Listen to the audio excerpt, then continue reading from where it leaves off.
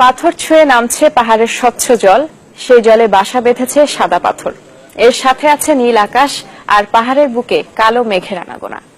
যাত্রা পথেই চোখে পড়বে বালির পাহাড় ঘেঁষা সারি সারি নৌকা, যেখানে পাথর আহরণে কর্মব্যস্ত মানুষ। দর্শক, এমন সব নৈসর্গিক সৌন্দর্য উপভোগের জন্য ভ্রমণ পিপাসুদের যেতে হবে সিলেটের কোম্পানিগঞ্জের ভোলাগঞ্জে। সংশ্লিষ্টরা মনে করছেন এটি সংরক্ষণ করা গেলে একসময় হতে পারে পর্যটন কেন্দ্র। আর অপরূপ সেই দৃশ্যের জায়গাটি ঘুরে আরো জানাচ্ছেন গুলজার আহমেদ। 2 পর্বের ধারাবাহিকের আজ দেখুন প্রথম পর্ব, আর ক্যামেরায় ছিলেন দীপক বৈদ্য।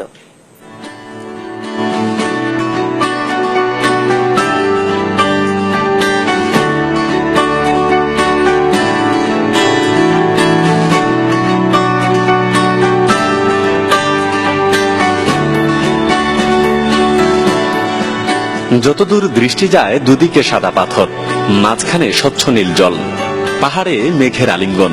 এ যেন এক প্রকৃতির স্বর্গরাজ্য।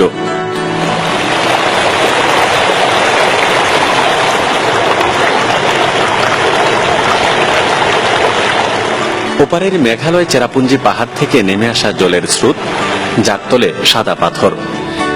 এসব ঘিরে অদ্ভুত এক সৌন্দর্যের ক্যানভাস। আমি জাফলং গেছি, বিস্তাখান্দি গেছি, তার চেয়ে অনেক অনেক গুণ সৌন্দর্য আমার কাছে লাগতেছে। অপার সম্ভাবনা স্থানটি কেউ না দেখলে বিশ্বাসই করতে পারবেন না কত সৌন্দর্য লুকিয়ে আছে এই জায়গায়। আমরা ফ্রেন্ডরা মিলে এই জায়গাতে আসছি, অনেক এনজয় করতেছি, এখানে গোসল করলাম, অনেক ভালো লাগতেছে।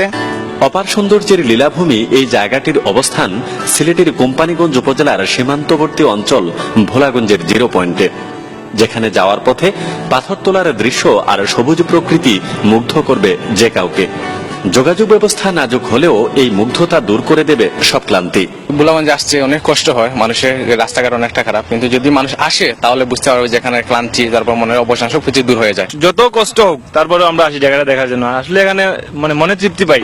স্থানীয়রা মনে করেন প্রচার পেলে এখানে ভ্রমণ পিপাসু মানুষের সংখ্যা বাড়বে, তবে যোগাযোগ ব্যবস্থা উন্নত করারও তাগিদ দিয়েছেন তারা।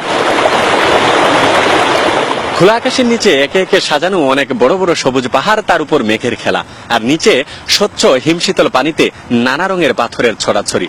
সবচেয়ে উল্লেখযোগ্য, এখানে সাদা পাথর এলাকা হিসেবে এলাকাটি পরিচিত।